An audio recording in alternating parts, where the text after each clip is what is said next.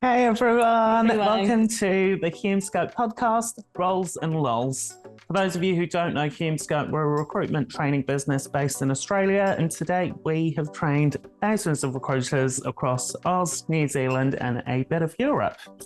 this is going to be a 10-minute quick tips and tricks with hopefully some laughs along the way for agency recruiters. Yeah, hopefully you enjoy, and if you ever have any topics you'd like us to cover in the poddy, please shout out. Otherwise, you'll see us every week on a Friday for 10-minute episodes. Hopefully you enjoy. See ya.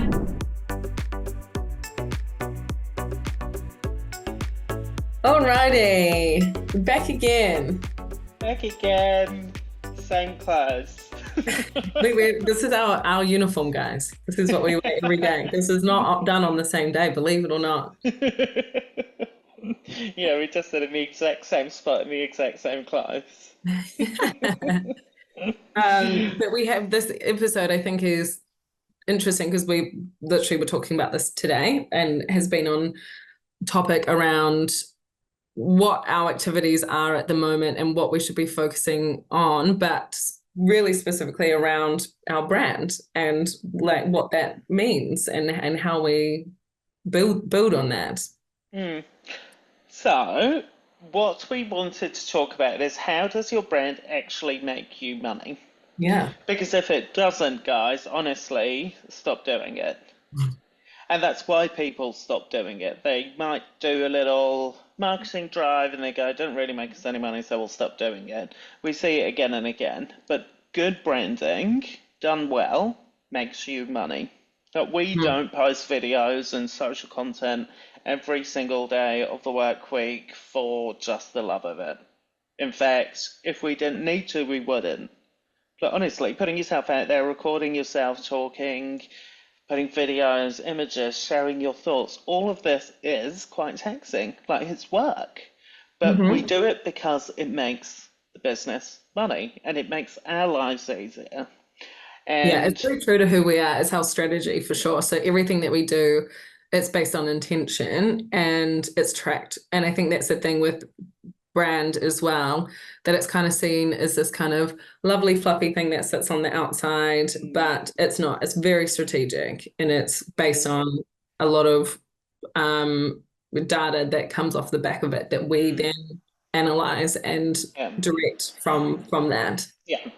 I would say the first point I would like to make, and I've been consulting to a few separate agencies on branding projects over the last few months. Yeah, you have. And there does need to be a very, very clear cohesion. And for those of you who are listening to this, not watching it, your marketing is one hand, your sales is the other. They need to be so tight that you can't pull them apart.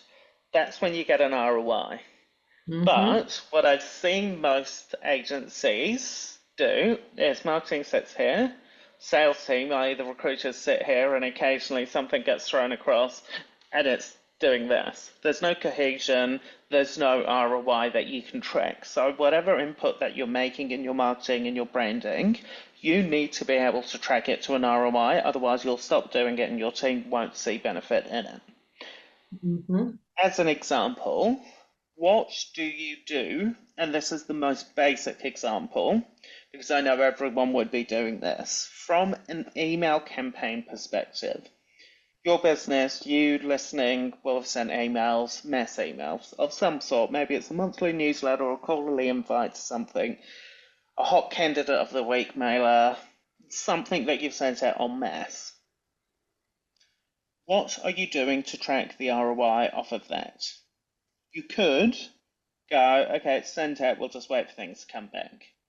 You could follow up with the top 20 prospects as you see them. You could, and what everyone should be doing from email marketing, is track engagement. Track the engagement that people are making. What are they clicking through? Are you getting alerted when someone clicks on your client page on your website off the back of one of your emails? Are you, as a consultant, then getting alerted to go, Lucy from Hume Scope has just clicked on the client page, therefore there's some interest, but she's got a buying signal. Lucy won't pick up the phone freely off the back of one email, but she's got some interest, so you should be notified to then follow up with Lucy and go, hey, it says, blah, blah, blah. Start the conversation. But it's these tiny little things that we need to be doing so that we're getting an actual ROI. Again, same with social posting. What do you get from your social post? Because if you can't answer that, you will likely stop doing it long term because you don't see the huge benefit in it. But I can tell you where click-through rates from social posts, how often people watch videos, that overall brand building is so valuable for us from awareness perspective. And then when people are commenting and liking on certain posts, it is your cue to start a separate conversation one-on-one. But they need to work hand in hand. How does your marketing branding actually fit into your sales strategy and get you talking to the right people consistently? They need to be one and the same strategy. They can't be two separate strategies. That's what I would say from how it makes you actually money. Because it needs to, because it takes us time.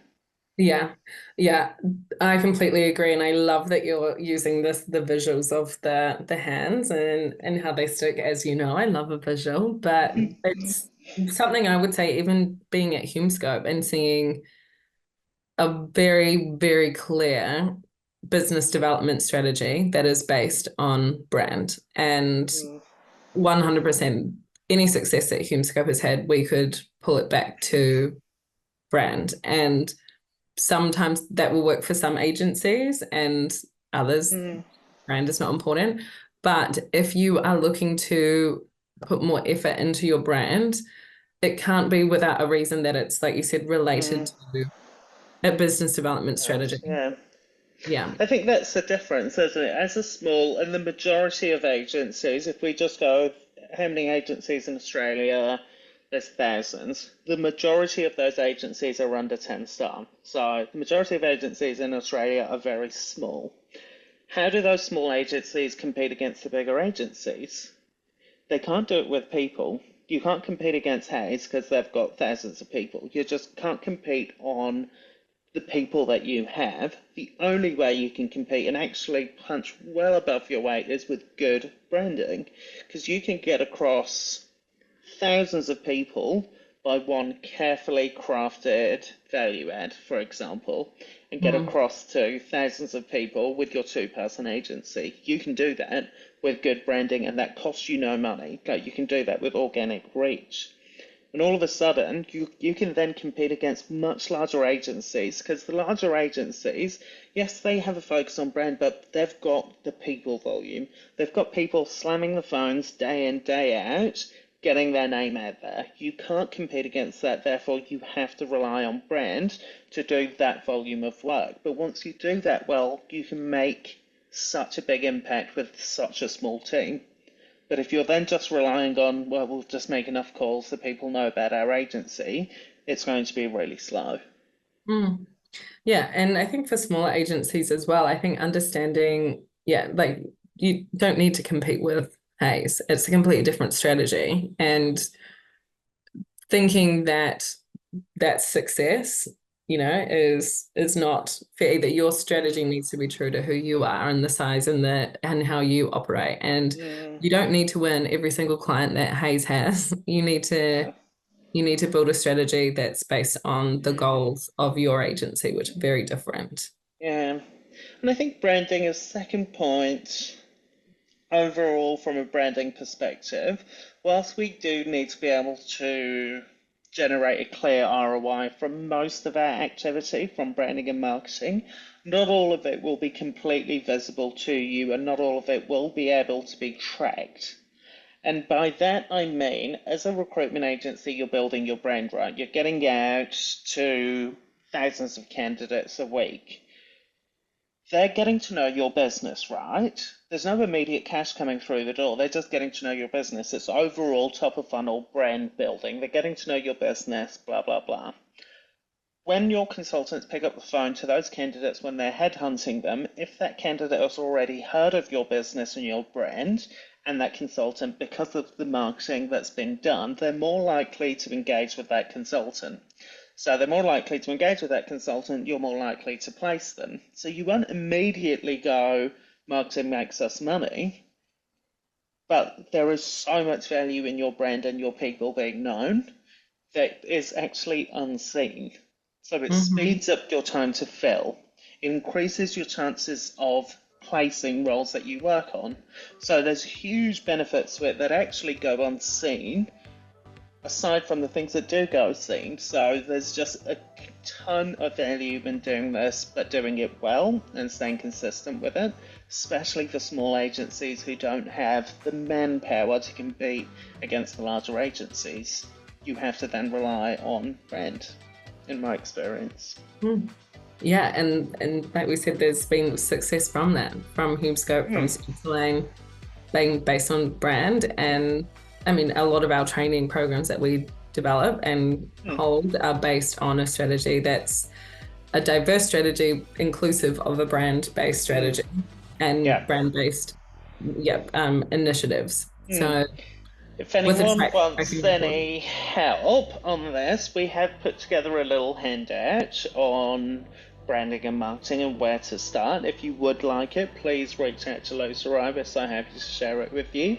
But yeah, if anyone has any questions, please feel free to reach out. Hopefully this has hit home with some of you that were thinking of sort of delving more into that marketing branding space for your desks or your business. I promise you it's not as daunting as it may seem. It's just doing the first few steps usually is the daunting part. So, be consistent and the rewards will come through, but without that, no bueno. Alrighty team, hopefully you enjoyed. We will see you next week. See you next week.